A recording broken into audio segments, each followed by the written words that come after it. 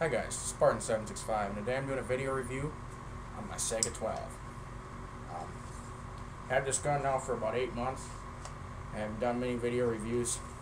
Obviously, just haven't had time to do videos. Just been busy and not had much desire to. But I'm throwing up all the videos now, my new guns I got. This is my, Saiga 12. I bought it down in Iowa for $500. Now they're like $700 because they're trying to ban them as destructive devices, which is just stupid. I really do like this gun. Obviously, it's 12 gauge, hence Saiga 12. Got a different stock on here. This is a Tapco saw style grip, an MFT stock. This stock alone here was about $150. The Tapco, grip and buffer tube assembly was $60.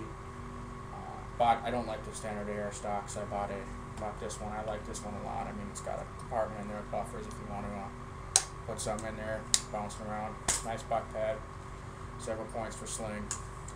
Pulls up real nice, real comfortable to hold.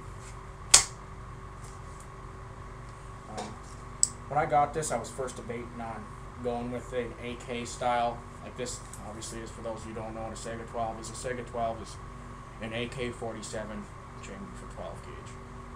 Doesn't get much more awesome than that, now, do it? But when I bought this, I was really debating on converting it to an AK style pistol grip and stock. But one reason I didn't is I just pulled the original stock off and got just a stock extender kit, stock extension kit. Was the fact that Saiga 12 has the bolt carrier stop right here. Put it down, pull the bolt carrier back, makes it a hell of a lot easier for loading magazines in. Trying to load a fully loaded magazine into a Saiga 12 with the bolt close is kind of a pain in the ass. So if I were to put a regular pistol grip kit on here, like a regular AK style setup, which isn't that bad, hard to do, you just gotta grind off a few rivets, fill a couple holes. It ain't hard to do at all. Pistol grip would have been right here, the trigger would have been right there. Then when you're trying to get at slides or the bolt stop, you'd have to move your finger back. With my finger right here, now if I'm going to load a magazine quick, all I got to do is just put this trigger finger right up there. Load it. Hell of a lot easier, hell of a lot quicker. It's got a chrome line barrel. It's got I put a chrome gas piston in there. It's got a 2-position valve on the top. You can get 4-position. You can get self-adjusting valves. A piston head, not piston. The Saiga 12 is a little different from the AK. It's got a separate piston head and then a piston. Because in here, all the piston head does is it just moves back and forth about that far. It just kicks the piston, which is connected to the bolt carrier, and the rest of it is pretty much recoil operated. Slightly different than an AK, but for the most part, it's the same. It's got a muzzle cap on here, thread cap. So if you want to put choke tubes on there, you want to put I hear Red Jacket came out with the 12 gauge suppressor, which I think is just a joke, but whatever. It got a bad trigger on it. I did a trigger job on it, got the trigger pulled down a little better. Shoots really nice. It just got, just your standard, dovetail sight, dovetail more of a U-notch sight, and a bead. Makes quick acquisition. It does have a AK rail mount on the side, so if you want to put like a Cobra sight on there, or red dot sight on there, you can do that, but personally, I just prefer open sights. Tapco stock also came with a sling mount here, so if you want to do a single point sling, you can do that. It also has a sling mount up here. This is just the standard Saiga 12 forearm. Some of the parts in here are interchangeable with an AK parts. You can take a regular AK dust cover, put that on here, but it won't work because the shell won't kick out because Saiga 12's got this extended extension on the spring guide here. You probably can't see it so good, but yeah, right there. you know, for your shooting 3-inch rounds. This comes with the standard 5-round magazine. I also got currently a 10-round magazine for it too. This is just a, what is this, Pro Mag? I mean, I've only bought one thing from Pro Mag that worked, and it's the Saiga Mag. Only buy Saiga Mags from Pro Mag. Pro Mag sucks. I bought AK Mags from them before, and they just don't feed for shit. SKS Mags. But their Saiga Mags feed pretty damn reliable. I mean, as you see, you know, you get the 10-round magazine on there. I mean, that starts to get pretty damn, you know, pretty damn long. They're almost cumbersome. They even make a 12-round, which is just really, really bad.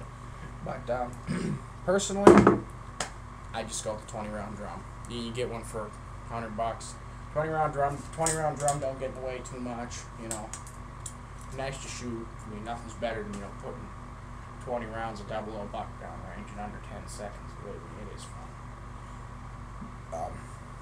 Like I said, the gun has 2 gas settings.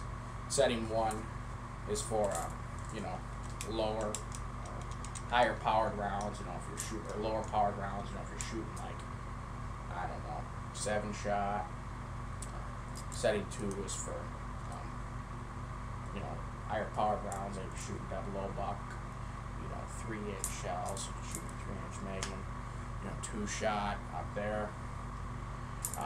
You don't want to shoot, you know, 00 buck through on the setting 1, because that's putting a lot of stress in the gas piston. That's why I would go with a self-adjusting gas pit, or a self-adjusting gas valve. I mean, I've been looking to buy one. I just haven't got around to it yet. They're about $50, but it's definitely worth it if you're looking to go out and shoot a lot. I mean, I shoot this a decent amount. I mean, I probably put, you know, 400, 500 rounds through it. It really isn't a decent amount compared to the other guns I've got. But, you know, 12 gauge ammunition is kind of expensive. And it's fun to go around to the range. I mean, go out to the range and, you know, shoot some kitty litter, jugs filled with water. It definitely turns people's heads, you know, when they see you shooting a Saiga 12, because not a lot of people have seen it before. You know, your typical people at the range, like your older people that usually shoot pump action, they don't know about Saiga 12. They look at it and they're like, what in the hell is that thing? You know, the liberals are trying to ban it because, you know, oh my God, it's a shotgun that's damn near indestructible and take a 20-round drum magazine.